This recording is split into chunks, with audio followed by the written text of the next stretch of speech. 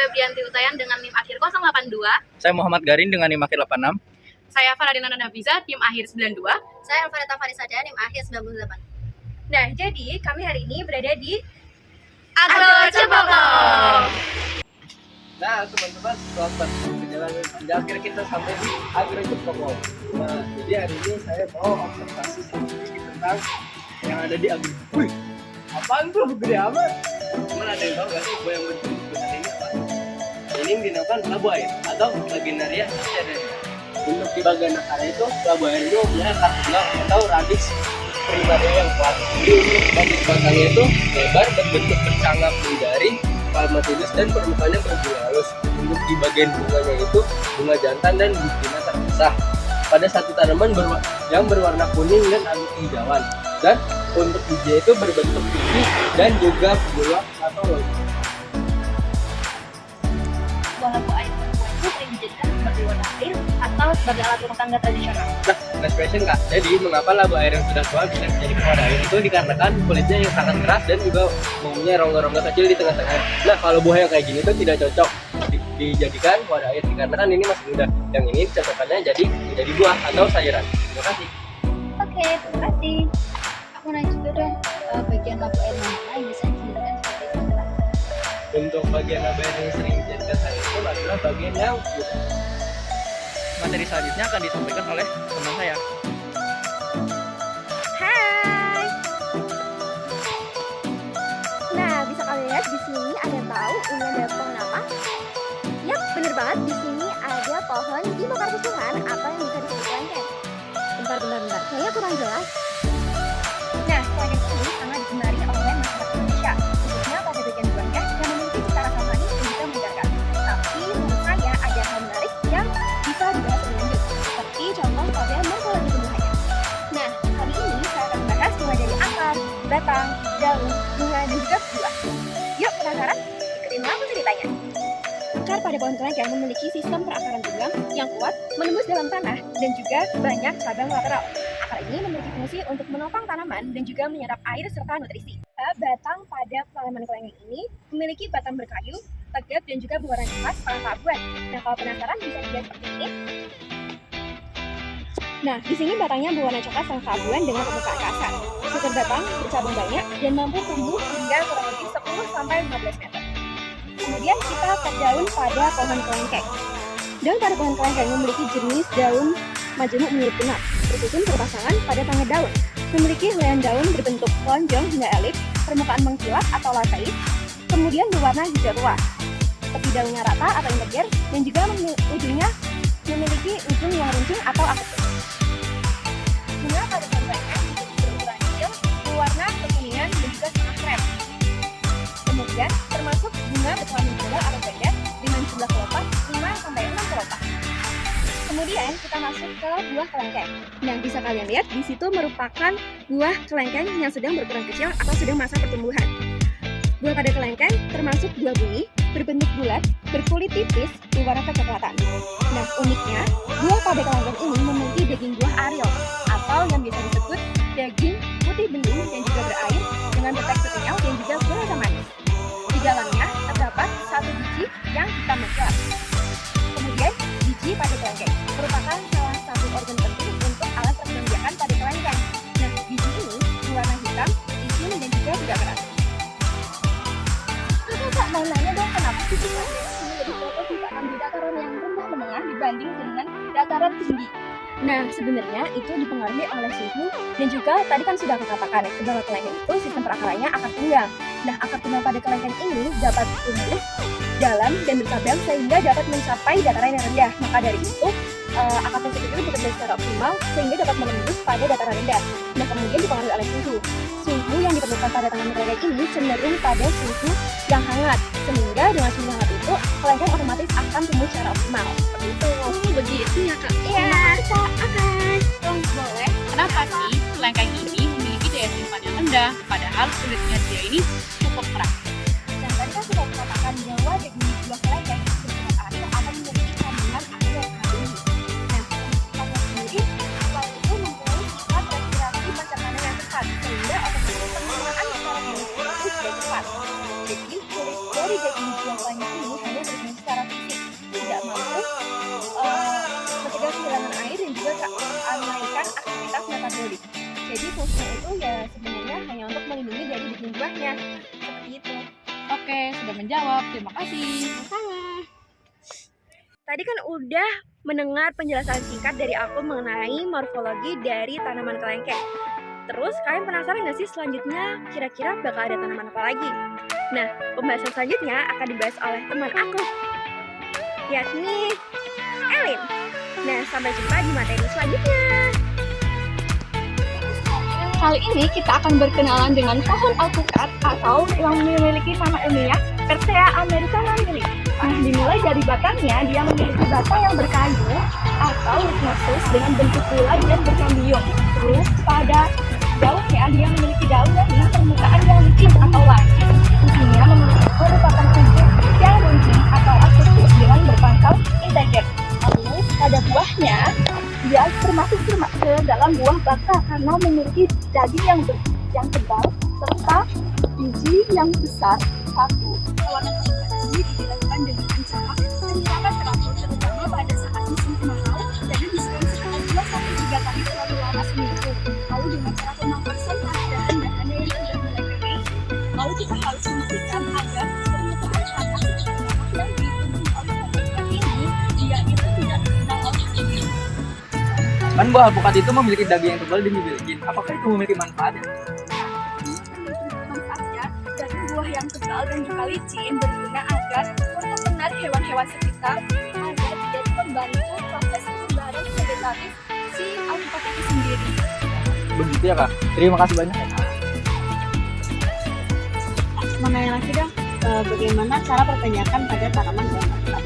Nah, perbanyakan bagi tanaman pohon alpukat sendiri ada 2 cara yang pertama vegetatif dan genetatif. Vegetatif ini menggunakan buah alpukat sendiri, dan kedua vegetatif yakni dengan cara mencangkok dan penyambungan pucuk.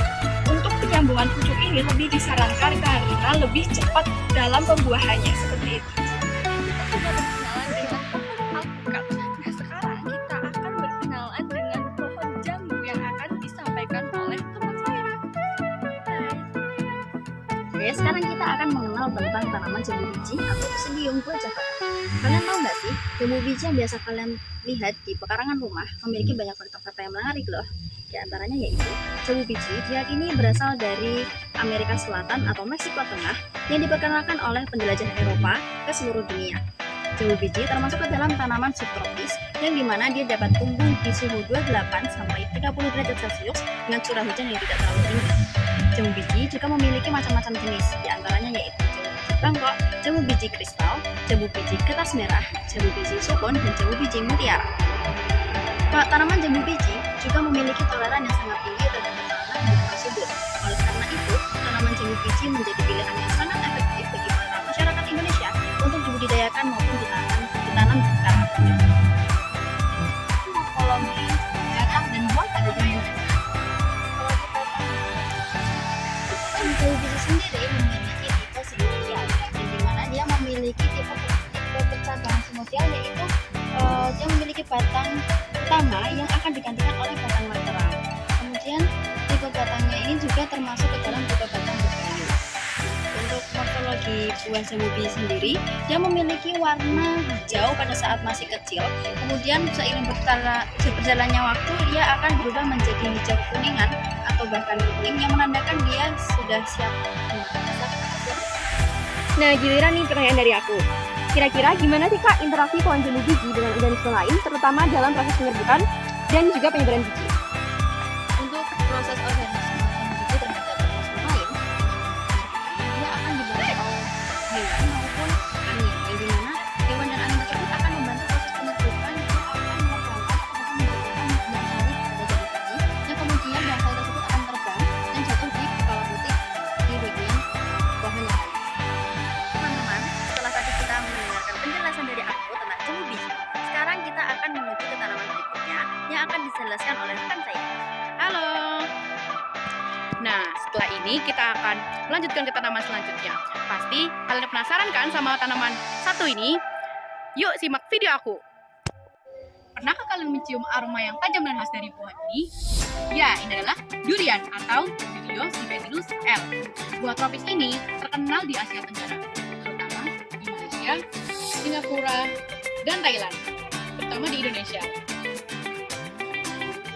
Nah, durian ini memiliki morfologi akar bunga yang kuat untuk menopang pohon yang besar, batang berkayu tinggi dan bercabang kokoh, daun lonjong dengan permukaan yang lebih gelap dari bawah, bunga bentuk yang tumbuh langsung bisa tenggelam, serta buah besar berduri tajam dengan daging yang kuning keemasan. Saya pernah mendengar bahwa durian itu sebagai rasa. Apakah julukan tersebut berasal dari aroma dan rasa yang enak? Nah, julukan raja buah dari durian ini bukan hanya karena aroma dan rasa yang khas, tetapi durian ini memiliki buah yang sangat besar dan berduri tajam. Serta durian ini juga memiliki tampilan yang mencolok dibandingkan dengan buah yang lain. Selain itu, durian juga memiliki nilai ekonomis yang tinggi, serta menjadi simbol keunikan buah tropis di Asia Tenggara.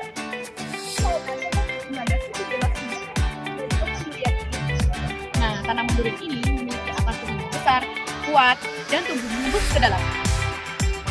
Akar ini berfungsi untuk menopang pohon yang tinggi dan berat. Selain itu, terdapat pula akar cabang yang menyebar ke samping untuk membantu penyerapan air dan penyerapan unsur udara dari tanah. Nah, kalian pasti sudah mendengarkan penjelasan aku tadi kan tentang durian.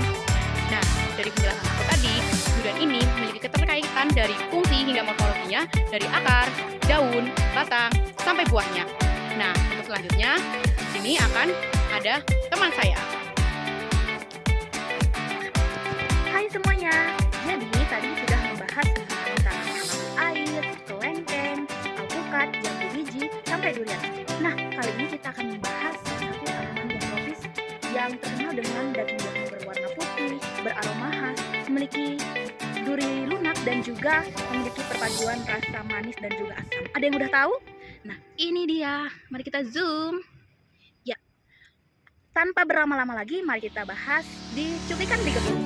Memiliki sistem perakaran tunggang, di mana akar tunggang sendiri bukan hanya struktur fisik, tetapi merupakan bentuk adaptasi agar tanaman mampu mengambil air dari lapisan tanah yang lebih dalam dan juga mendukung kemampuan untuk tanaman sirsak itu hidup pada lingkungan tropis yang dimana memiliki kekurangan air. Kemudian kita masuk pada batang tanaman sirsak. Batang tanaman sirsak berkambium yang dimana dapat mengalami pertumbuhan sekunder sehingga ukuran pohon makin besar. Kemudian kita masuk kepada daun dari tanaman sirsak. Daun sirsak itu licin, tipis, dan juga berbentuk elips. Permukaan daun yang mengandung minyak, yaitu minyak aromatik, merupakan mekanisme pertahanan alami terhadap herbivora seperti serangga ataupun hama. Kemudian kita masuk kepada bunganya. Namun di sini kita tidak menemukan bunganya, jadi teman-teman bisa searching di internet. Banyak sekali sumber-sumber yang menyertakan bentuk-bentuk dari bunga sampai ke akar-akarnya. Nah, bunga sirsak itu soliter dan juga berkelopak tebal, di mana sebagai bentuk penyesuaian reproduktif, di mana kelopak tebal sendiri berfungsi untuk melindungi organ reproduksi dan juga aroma bunga bisa menarik perhatian serangga penyerbuk. Kemudian kita masuk kepada bagian yang sering kita konsumsi, yaitu buah sirsak. Nah, buah sirsak itu besar, berduri lunak, dan juga beraroma khas, di mana daging buah yang manis itu menarik perhatian hewan pemakan buah atau herbivora. Kemudian hewan tersebut dapat membawa buah atau membuat biji ke tempat yang lain. Kemudian masuk pada biji dari sirsak itu keras dan juga beracun, karena merupakan bentuk pertahanan alami, di mana racun itu mencegah biji dimakan oleh hewan-hewan yang lain.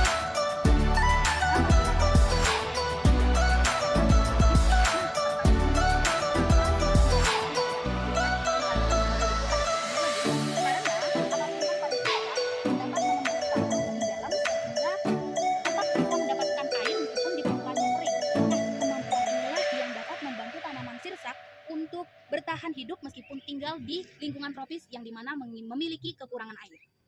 Kakak mau nanya juga, bagaimana sih morfologi bunga menentukan strategi reproduksi?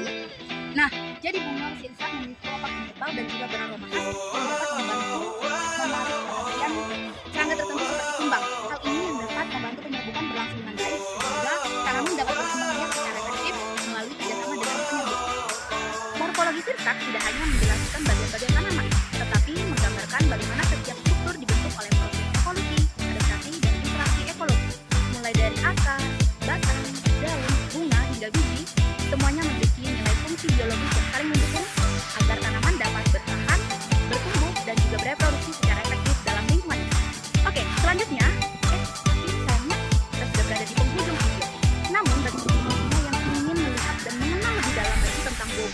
dan keanekaragaman yang ada di sini, bisa saja langsung datang ke Agro Cipoko.